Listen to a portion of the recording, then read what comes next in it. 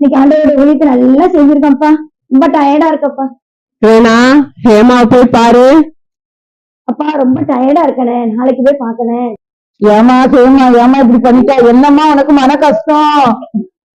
ஹேமா, இந்த விஷயமே தெரியாதா? இன்னைக்கு காலையில 5 மணிக்கு அவங்க சூசைட் அட்டன் பண்ணிக்கிட்டாங்க.